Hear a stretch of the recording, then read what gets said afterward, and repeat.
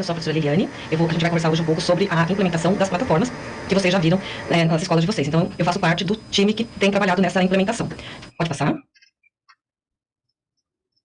Então, qual é o objetivo do nosso encontro? Conhecer as plataformas, o potencial pedagógico, pensar nos benefícios dessa rotina, tanto para o aluno quanto para o professor, compreender as formas de uso de cada plataforma e a importância da atuação do Protec nesse uso, nessa implementação. A gente entende que nesse momento vocês vão ser bastante solicitados, dar visibilidade de formas de apoio. Então, como é que a gente vai apoiar vocês quando alguma coisa não estiver dando certo? Pode passar. Então, gente, qual é o nosso maior objetivo na implementação de plataformas? Fortalecer o processo de aprendizagem. Isso precisa ficar bem claro que a gente está preocupado com a aprendizagem, não só com olhar o BI, que vocês devem estar olhando bastante isso na escola. Então, a implementação da plataforma, o foco é a aprendizagem. A plataforma é apenas um meio. E ela dá a possibilidade de a gente trabalhar de forma mais personalizada, contextualizada e atualizada para a necessidade do estudante e também dos professores. E de uma forma integrada ao currículo. Pode passar. Então, como o nosso foco é a aprendizagem, então esse slide tem que ficar muito claro.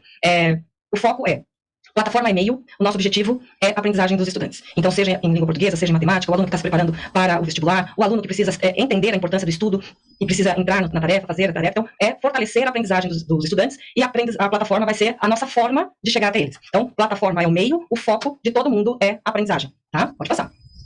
Então, agora, no segundo semestre, a gente já tem a Redação Paulista, que começou agora em agosto, e o foco, tem que deixar bem claro, é neste momento que o professor ele acabou de passar por formação, então ele vai apenas enviar uma redação para se familiarizar com o ambiente. O Tarefa, que é o banco de tarefas alinhados aos materiais digitais, a gente vai explicar daqui a pouco. O Prepara, para os alunos que vão fazer vestibular. Khan Academy, a partir do 8º ano até a 3ª série do ensino médio, voltado para matemática. E Programação, que é a nossa mais recente plataforma a entrar no ar. Os professores estão em formação neste momento. Pode passar. E aí a gente tem agora uma série de conversas com vocês, para que a gente tenha o foco nessa implementação, para que ela seja feita de uma maneira mais tranquila. Então, que vocês consigam apoiar tanto os professores quanto os estudantes. Então, a gente vai fazer uma série de conversas sobre cada uma das plataformas. Nosso objetivo hoje é falar de todas as plataformas de modo geral. No dia 31, o foco é o Prepara. No dia 5, então semana que vem, Khan Academy. 6, Redação Paulista e Tarefa. E no dia 12, mais detalhes sobre a oficina de programação. Pode passar. E aí, o meu foco agora é falar com vocês sobre Redação Paulista. Então, para que serve esta ferramenta? Fortalecer a competência de escrita dos estudantes. Então, é uma plataforma que os alunos têm a possibilidade de escrever, ter a devolutiva e apoio também ao professor quando ele vai fazer a devolutiva para os alunos. Já tem uma pré-correção, mas ele pode aceitar ou não esta correção e incluir pontos que ele achar interessante para pontuar para o aluno, para dar uma devolutiva mais robusta, de acordo com a necessidade daquele aluno, daquela turma. Pode passar. Se o professor tem uma forma mais direcionada de atuar. Quais são os principais recursos desta plataforma? Então, ela é bastante alinhada ao material digital.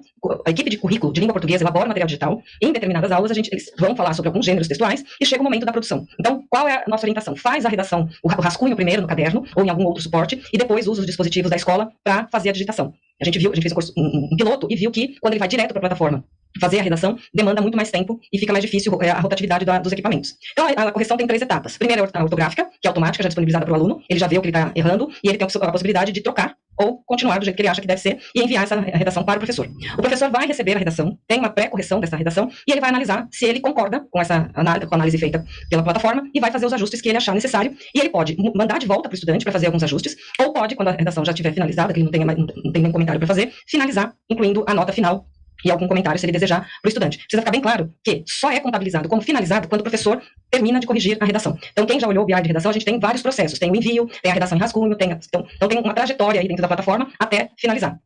E isso vai gerar os dados do BI. Então, precisa ficar muito claro também que, neste momento de implementação, o BI também está sendo implementado. Então, ajustes estão sendo feitos.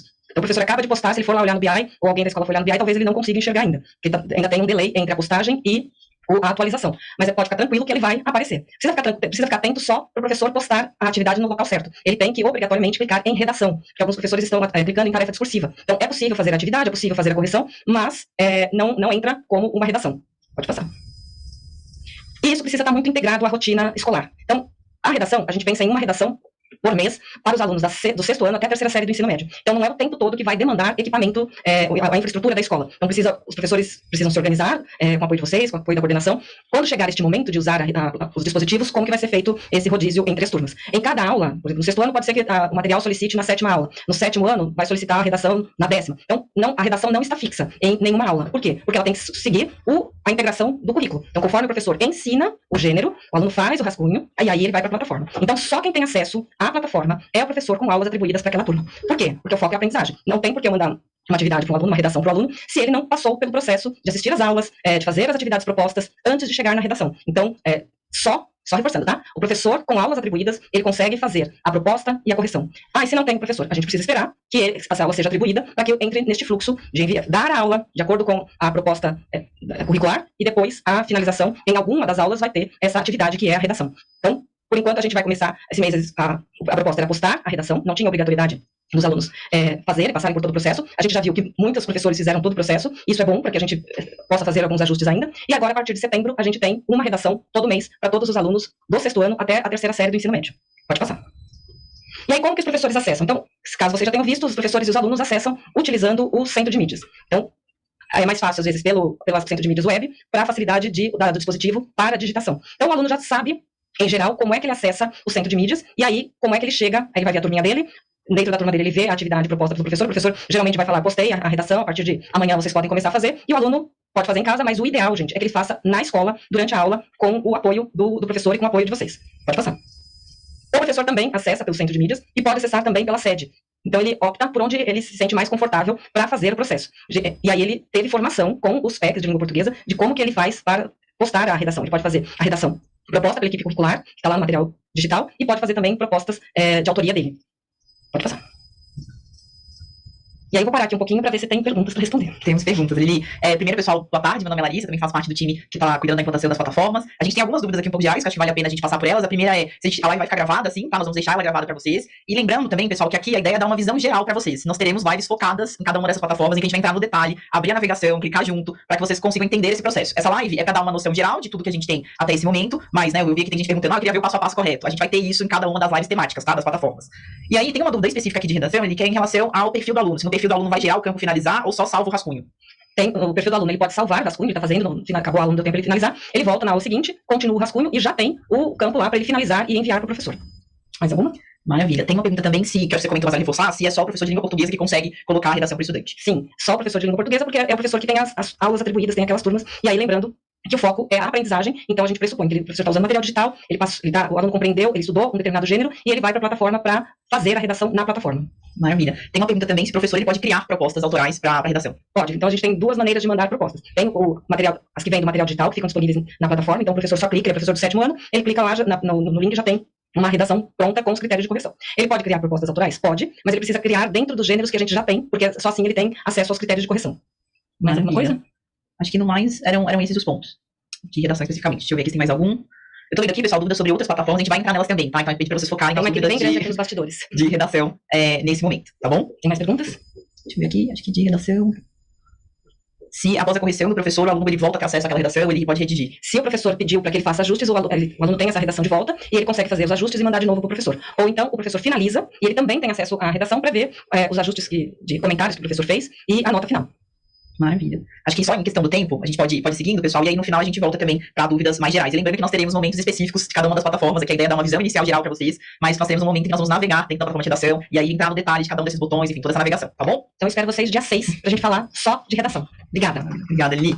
Bom, pessoal, eu vou continuar aqui com vocês, falar um pouquinho sobre o Prepara SP. Então, Prepara, né, uma iniciativa que ela veio agora no Volta às Aulas, a gente voltando às aulas, essa iniciativa nasceu para toda a rede, e ela surge de uma necessidade que a gente identificou, ouvindo bastante os nossos estudantes, ouvindo os nossos professores, do desafio que é para esse estudante se preparar para o Enem, para o vestibular, dado, né, com todas as alterações que aconteceram no contexto nacional, no ensino médio. Então, o Prepara SP, ele surge para oferecer, de fato, um apoio para esse estudante nesse momento preparatório. E a gente sabe que não pode ser um apoio só acadêmico, né, esse estudante também precisa de algum nível de apoio emocional. Então, aqui no Prepara, a gente tenta trabalhar não só todo aquele suporte em relação ao conteúdo, de fato, que ele precisa aprender, ele precisa revisar, mas também de como que ele trabalha o seu próprio emocional para viver esse momento. E a gente faz isso por meio, né, de uma plataforma que a gente consegue dar a oportunidade desse estudante, para que ele tenha um processo de estudo de acordo com o seu próprio tempo, com a sua própria rotina, que ele possa voltar e fazer provas anteriores, e com isso ele se acostumar e se familiarizar com todo esse processo de preparação, né, para a prova do Enem e também para os vestibulares estaduais. Pode passar, por gentileza. E quais são os principais recursos, tá, pessoal? Mais um, por favor.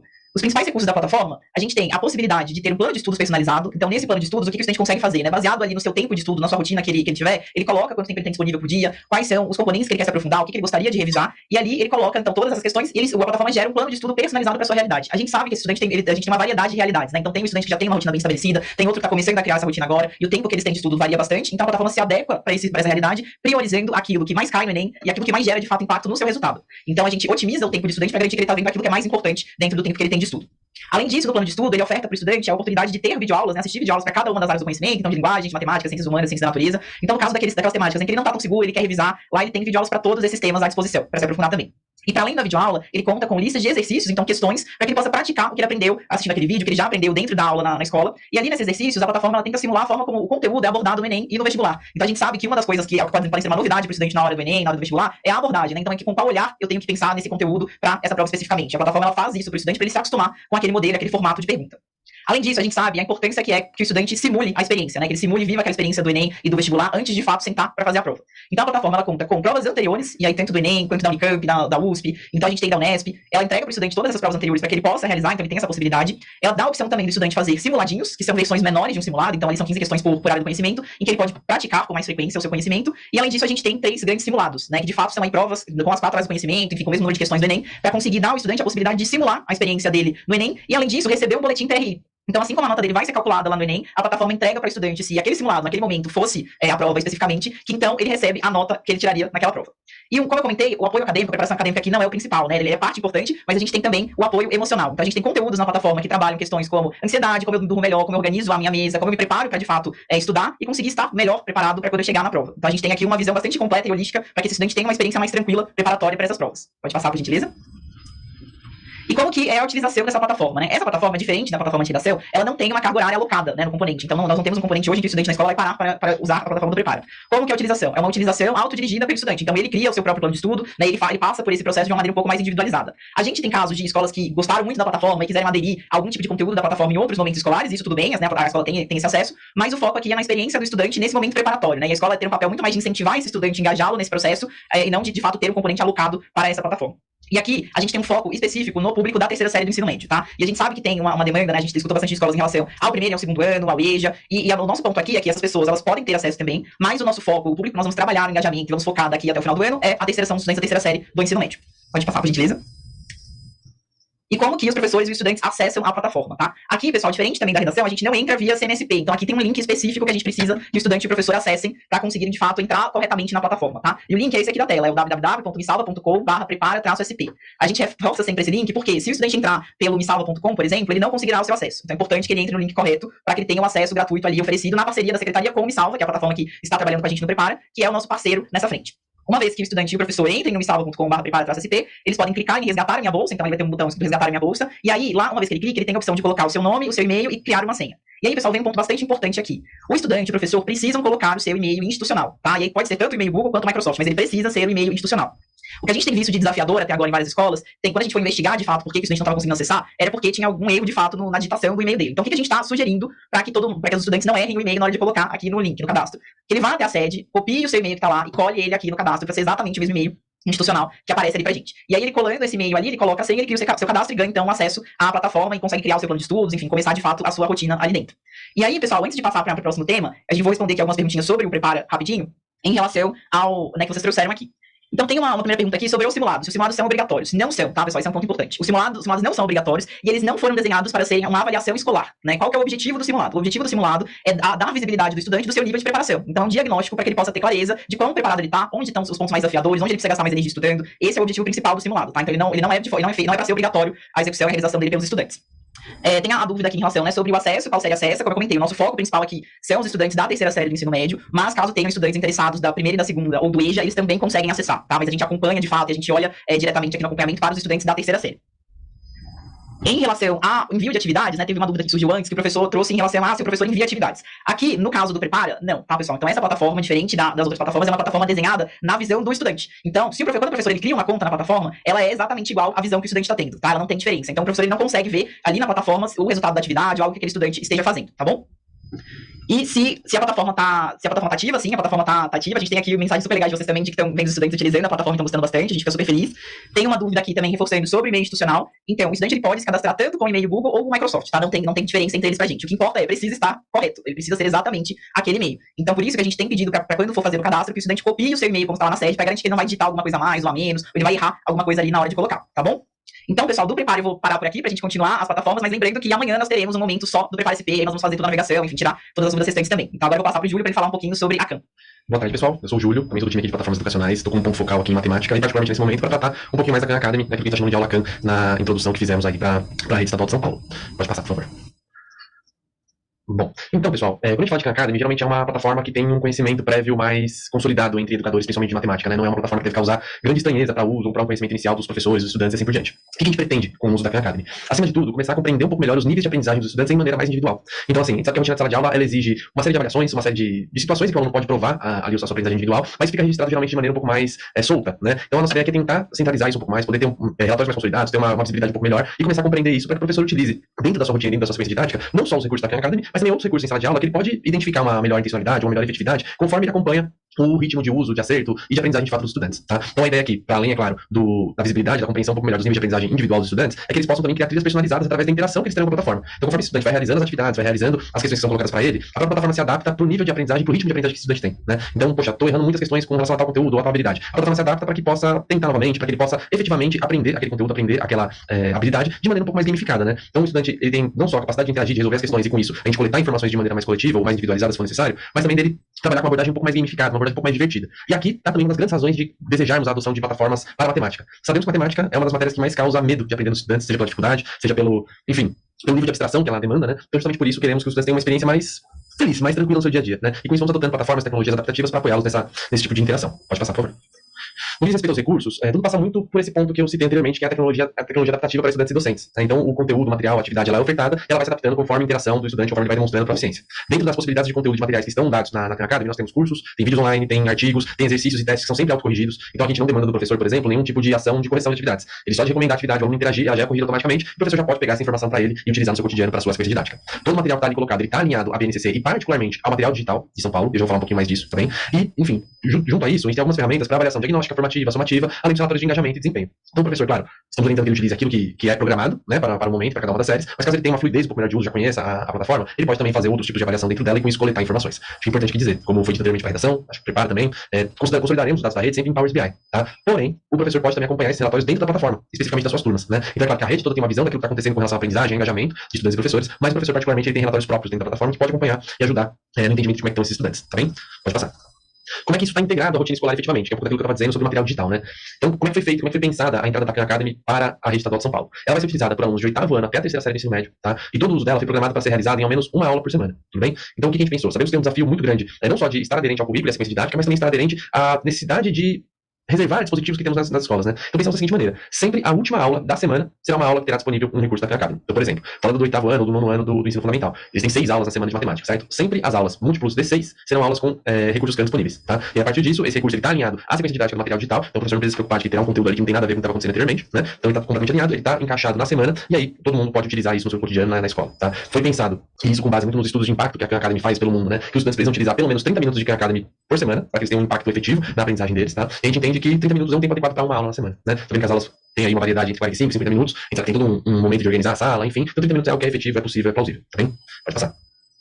E como é que fica o acesso? Né? O acesso por professores e por estudantes. Tem uma pequena diferença. Tá? Para os estudantes, eles vão acessar sempre via CMSP, tá? Seja web, seja por dispositivo móvel. Quando ele entra no CMSP, ele encontrará um botãozinho para a Khan Academy, e quando ele clicar nesse botãozinho da Khan Academy, ele vai ser direcionado para a página de login da Khan. Tá? Entrando na página de login, ele precisa, como está aí nos nossos prints, clicar em continuar com o Google e inserir o seu e-mail institucional Google. Tá? Para o professor, ele terá, claro, um botão ali no CMSP para entrar na Khan, mas ele sempre precisa entrar na página de login da Khan. Isso fica disponível tanto no material digital quanto nas orientações que nós passamos anteriormente. Importante aqui, sempre é necessário que seja feita o login com a conta institucional do Google. Tá? Por que disso? Nós estamos fazendo a coleta de dados, a gente precisa identificar esses estudantes, a gente precisa identificar esses professores dentro da plataforma. A gente só consegue fazer isso através de uma chave, e essa chave será o e-mail. Então a gente busca essa informação e consegue consolidar ela para a visibilidade de toda a rede. Se a gente não usa o e-mail institucional Google, esse aluno, esse professor pode até utilizar os recursos da Khan, mas a gente não consegue identificar e sistematizar isso de alguma forma, tá bem? A gente sabe que isso é o que tem dado o maior número de questões agora no início, né? Então estamos acompanhando os PECs aqui, tentando apoiá-los nesse sentido, mas é essencial que a gente faça essa orientação, que a gente apoie os professores e os alunos nesse sentido. Como vocês podem ver no print, eu peço só que a gente volte com a telinha aqui rapidinho. Tem uma confusão que eu tenho visto bastante na rede, que é a seguinte: abaixo ali do continuar com o Google, com o Facebook ou com a Apple, já tem ali um espaço para e-mail e senha. E muitos têm tentado fazer esse login através já desse campo. E isso não vai funcionar pra gente, tá? A gente precisa sempre ir como continuar com o Google. Outra coisa importante, por que nós deixamos a página de login destacada para professor e para estudante? Porque qualquer um deles, e qualquer pessoa, se quiser fazer isso agora, por exemplo, pode entrar na Khan Academy e fazer uso dos recursos sem estar logado como um usuário fantasma. E se isso acontece, a gente não consegue coletar informação de aprendizagem, a gente não consegue ajudar esse estudante. Então é sempre importante nós reforçarmos a ideia de vamos fazer o login e vamos fazer esse login com a conta Google, tá bem? que é mais ou menos isso, de início. Teremos a live sobre a Khan na terça-feira, onde vamos navegar por esse processo, vamos mostrar um pouquinho pra vocês. Acho que as dúvidas mais robustas vão poder ser respondidas, mas de qualquer forma, acho que já dá pra responder algumas por aqui. Boa. Tem uma dúvida aqui, Júlia, em relação se o Protec ele consegue ver no Khan os alunos que estão, como eles estão fazendo atividade, como é que eles estão realizando ali dentro. Perfeito. Gente, a Khan Academy ela tem uma característica que é das turmas serem intransferíveis, tá bem? Então eu, por exemplo, sou professor e faço a minha turma ali, a Lari é uma das minhas estudantes, por exemplo. Só eu consigo ver se a Lari está fazendo as atividades, qual é o desempenho dela nessas atividades. Você como Protec, outras pessoas que estejam me auxiliando na escola não conseguem ter esse acesso, tá bem? Onde é que a gente vai conseguir ver isso de maneira mais generalizada? Através do BI. Então, quando o BI estiver disponível, é possível que você acessar e a gente consiga entender um pouco melhor como é que a rede está caminhando. Mas dentro da própria Khan não é possível. Uma outra pergunta também é se a Khan, a gente tem também conteúdo disponível para o sexto ano, e aí já emendo de um outro professor perguntando se tem Khan de ciências, por exemplo, para o nono ano. Legal. Gente, é o que eu trouxe pra vocês anteriormente. A Khan talvez seja uma das plataformas educacionais mais consolidadas no mercado educacional, né? Então, assim, conteúdo para sexto ano existe? Existe. Conteúdo de ciências para nono ano existe? Existe. O professor pode lançar mão e utilizar esses conteúdos na sua rotina? Sim. Nós vamos acompanhar esse uso. E nós vamos ter estruturado para a leitura da rede? Não. Então, nosso foco vai ficar apenas em alunos de oitava, terceira série do ensino médio, para aulas de matemática. Isso não é um impeditivo de uso para outras matérias ou para outras turmas. Isso pode ser feito sem problema algum. A única questão é que não faz parte da nossa estrutura de trabalho como plataforma educacional. Tá? Então, a gente está recomendando, trazendo isso para essas turmas que citei anteriormente. Se outras quiserem fazer uso, sem problemas, é um recurso muito bacana mesmo. Mas, assim, não vamos acompanhar isso de alguma forma. Também acho que é esse o grande ponto por aqui. Maravilha. Uma outra dúvida também de professor em relação à terceira série do ensino médio, que só tem 2 aulas de matemática. Como fica a organização das aulas Khan? Ótima pergunta. Isso tanto a terceira quanto a segunda série, né? A terceira série tem 2 aulas de matemática, a segunda série tem 3 aulas de matemática. Para esses dois casos específicos, o acompanhamento das aulas Khan e a disponibilização de aulas dentro da Khan através do material digital, ela será feita de maneira quinzenal. Então, assim, por exemplo, a terceira série, olharemos sempre para as aulas múltiplas de 4, né? 2 aulas na semana, 2 aulas na próxima, 4 aulas, sempre as aulas múltiplas de 4. Para a segunda série do ensino médio, também quinzenal e sempre múltiplas de 6. 3 aulas uma semana, mais 3 na outra, sempre a sexta aula será acompanhada. Então, essa pergunta é muito boa, né? Justamente essa situação. Como a gente tem uma escassez de aulas do componente curricular, a gente vai olhar para um uso quinzenal, tá bem? Poxa, mas meu BI tá ficando falho, né, na semana, porque usa quinzenal, enfim, não tem problema, pessoal. Acho que a grande questão aqui é a gente poder ter um uso efetivo e o uso do recurso para apoiar a aprendizagem. Todo o resto é acessório, no fim das contas. Maravilha. E aí, só me dando nesse ponto que você mencionou, Júlio, tem um professor que perguntou, então, como que ele acompanha essas atividades, se o Khan é obrigatório dentro desse uso? Bom, é um pouco disso que eu trouxe, né? O acompanhamento vai sempre se dar através do BI, tá bem? Então, o acesso a ele através da capilaridade que é possível para cada uma das pessoas que estão acompanhando a rede, tá? Se o uso é obrigatório, eu entendo que o obrigatório é sempre difícil, né? Porque como que eu obrigo uma escola ou uma turma que não tem acesso à internet a fazer algo que demanda uso da internet? O que a gente pode trazer aqui queremos um uso estruturado e a nossa recomendação, com tudo que podemos, estamos recomendando que seja utilizado, tá? Então, assim, no terceiro trimestre, a Khan está entrando junto ao material digital. Já no quarto trimestre, ela entrará no lugar de algumas aulas de material digital para consolidar ou para revisar conteúdos. Então, o professor vai encontrar na Khan um grande parceiro para justamente conseguir consolidar aquilo que foi aprendido até então, tá? Então, acho que assim, o obrigatório é sempre difícil, né, de a gente trazer, mas é uma recomendação muito assertiva, eu diria. E aí, só para fechar, então, em relação ao aplicativo, se a Khan tem aplicativos, pode ser utilizado. Olha, pessoal, recentemente a gente tem visto com a Khan que tem alguma dificuldade de uso em aplicativo em dispositivo móvel, tá? Então, mesmo nos dispositivos móveis como iPads, tablets ou celulares de maneira geral, a recomendação é para um uso via web, tá bem? Maravilha. Então, acho que para a aula Khan é isso. Obrigada, tá, pessoal? Agora a gente vai passar para programação. Obrigado, gente. Com a Glaucia.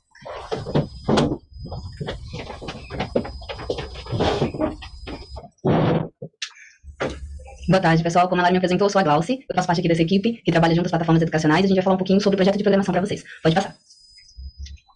A programação, como vocês já devem estar acompanhando nas escolas, ela não é uma novidade. Então, desde 2019, a rede já conta com o ensino de programação dentro do componente de tecnologia e inovação. O que a gente veio fazer aqui foi aprofundar dentro desse componente e trazer um objetivo e um tempo maior para estudar programação dentro do componente. Então, a partir de 4 de setembro, as escolas já passarão a usar a plataforma de programação. A gente tem uma live, como a Lari bem explicou, no dia 12, para aprofundar nessa plataforma. Mas é importante reforçar que a intencionalidade pedagógica dessa plataforma é aprofundar nas habilidades que os professores já vinham trabalhando dentro das diretrizes curriculares, né, de tecnologia e inovação. Então, não é uma aula nova, não é uma aula diferente, é dentro da aula que já acontece hoje de tecnologia e inovação. E o objetivo é aprofundar nessas habilidades. A gente sabe que quando a gente trabalha programação, para além, né, do código, do algoritmo, do desenvolvimento do algoritmo, o trabalho com programação, ele é um trabalho que desenvolve outras competências, como autonomia, criatividade. Então, são essas competências que a gente gostaria de ver acontecendo com maior recorrência dentro da sala de aula.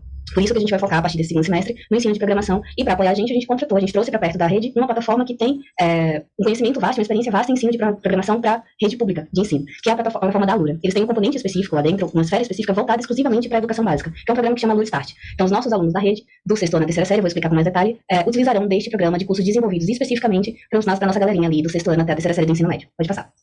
Então, quais são os recursos que tem nessa plataforma de programação? Dentro dela tem todo o material didático necessário para dar andamento às aulas. Para além dela, os professores também receberão um conteúdo a mais, como se fosse um material digital para esses professores, para em caso de não ter internet, ou não ter dispositivos suficientes, ou a internet caiu naquele dia da aula, enfim, a aula conseguir dar prosseguimento, né, ali a aula com tranquilidade. Na nossa live eu vou entrar, a gente vai entrar em detalhes, eu vou mostrar para vocês onde encontrar esses materiais, onde vocês podem apoiar os professores a achar esses materiais também, para além do conteúdo que já está na plataforma, tá bom? Fiquem tranquilos e tranquilas com relação a isso. Além disso, essa parceira que a gente trouxe para perto também está apoiando na formação dos professores. Então, semana passada começamos a formação dos techs, de tecnologia. Segunda-feira fizemos a nossa primeira live com os professores de tecnologia e inovação e vamos ter uma sequência aí formativa tanto para os PECs de tecnologia quanto para os professores de tecnologia e inovação, para que possamos aprofundar não só no uso, no entendimento da plataforma, mas também no conteúdo de programação. Então, tanto os PECs quanto os professores farão parte, estão fazendo, na verdade, já, né, parte de uma jornada aí formativa para a gente ir aprofundando e ganhando conhecimento dentro da rede sobre programação. Além disso, dentro da plataforma também, a gente vai entrar nesses detalhes, vocês vão encontrar tanto atividades formativas quanto somativas. Então também é possível acompanhar o desenvolvimento dos alunos, não só dentro da plataforma, mas a partir de todo o código que ele vai desenvolver por enquanto no Scratch. Então esse ano, até o final do ano, todos os alunos vão estudar programação em bloco por enquanto, tá bom? Então ano que vem a gente tem novidades, mas por enquanto esse ano todo mundo vai focar no Scratch. Então tem todo o conteúdo da Alura dentro da plataforma Alura e os projetos serão desenvolvidos na plataforma Scratch, que também é bem conhecida pela rede, porque já constava, né, nos nossos materiais antes da plataforma ser inserida. Pode passar. E aí, voltando, né? Qual que é a nossa faixa aí etária? Quais são os alunos que terão acesso, por enquanto, à plataforma de programação? São todos os alunos que têm tecnologia e inovação na grade, né, na matriz curricular, do sexto ano do fundamental até a terceira série do ensino médio. Então, Glau, quinto ano, tem acesso à Alura? Infelizmente, não. Professores do quinto ano de tecnologia e inovação terão acesso à Alura? Também não. Então, é super importante frisar que, por enquanto, apenas professores de tecnologia e inovação e alunos de tecnologia e inovação do sexto ano até a terceira série do ensino médio. Tá bom? Então, EJA, por exemplo, também não entra do ensino regular, né? Então EJA não entra ainda nessa listagem. Pode passar. E como que a gente faz para acessar? Todo o acesso da Alura, diferente das outras plataformas, é via CMSP. Então a gente usa uma tecnologia que em inglês é single sign-on. Não precisa fazer nenhum outro login além do próprio CMSP. Então seja via web, seja via aplicativo CMSP. Igual, precisa baixar o aplicativo da Alura para usar a Alura? Não precisa. Dentro do aplicativo do CMSP, o aluno ou o professor, né, vai entrar normalmente com seus dados, acessar a turma de tecnologia e inovação, e lá dentro ele vai encontrar esse login aí, esse botãozinho da Alura que vocês estão vendo no cantinho da tela, e clicou, ele já entra na Alura, sem precisar colocar nenhuma outra informação de cadastro. E aí, reforçando, somente aquelas pessoas que terão atividade dentro da plataforma terão acesso a ela. Então, por exemplo, coordenadores têm acesso à plataforma? Agora, por enquanto, ainda não, tá bom? Acho que pode passar. De informações, né, sobre programação, era isso. A gente, como a Lari falou, teremos mais conversas no dia 12 que a gente vai conseguir aprofundar. Mas, Lari, tem alguma dúvida de programação? Temos algumas. A primeira delas é em relação ao envolvimento do Protec na aula de programação. Então, como é que ele se envolve de alguma maneira, ou se tem um papel mesmo do professor de tecnologia e inovação? Essa é uma excelente pergunta. Muita gente já veio me perguntar sobre isso. O papel do Protec dentro da aula de programação é o mesmo dentro da aula de matemática, que é o mesmo dentro do Prepara, e assim todas as demais plataformas. É de fato somente apoiar o professor, somente não é bastante, na verdade, né? Mas é exclusivamente apoiar o professor dentro do desenvolvimento da aula. Então, eu tô com dúvida como que acesso, eu tô com dúvida onde eu encontro determinado recurso, onde eu encontro os meus alunos e assim por diante. Inclusive é nisso que a gente vai focar no dia 12, tá? Igual, deu esse erro aqui, como que eu faço? Onde que eu abro um chamado? Onde que eu peço ajuda? Esse vai ser o papel do Protec. Se o Protec, nas suas aulas normais, não tiver uma aula atribuída, ou seja, não for professor também de tecnologia e inovação, ele não dá aula de tecnologia e inovação, logo ele não vai dar aula.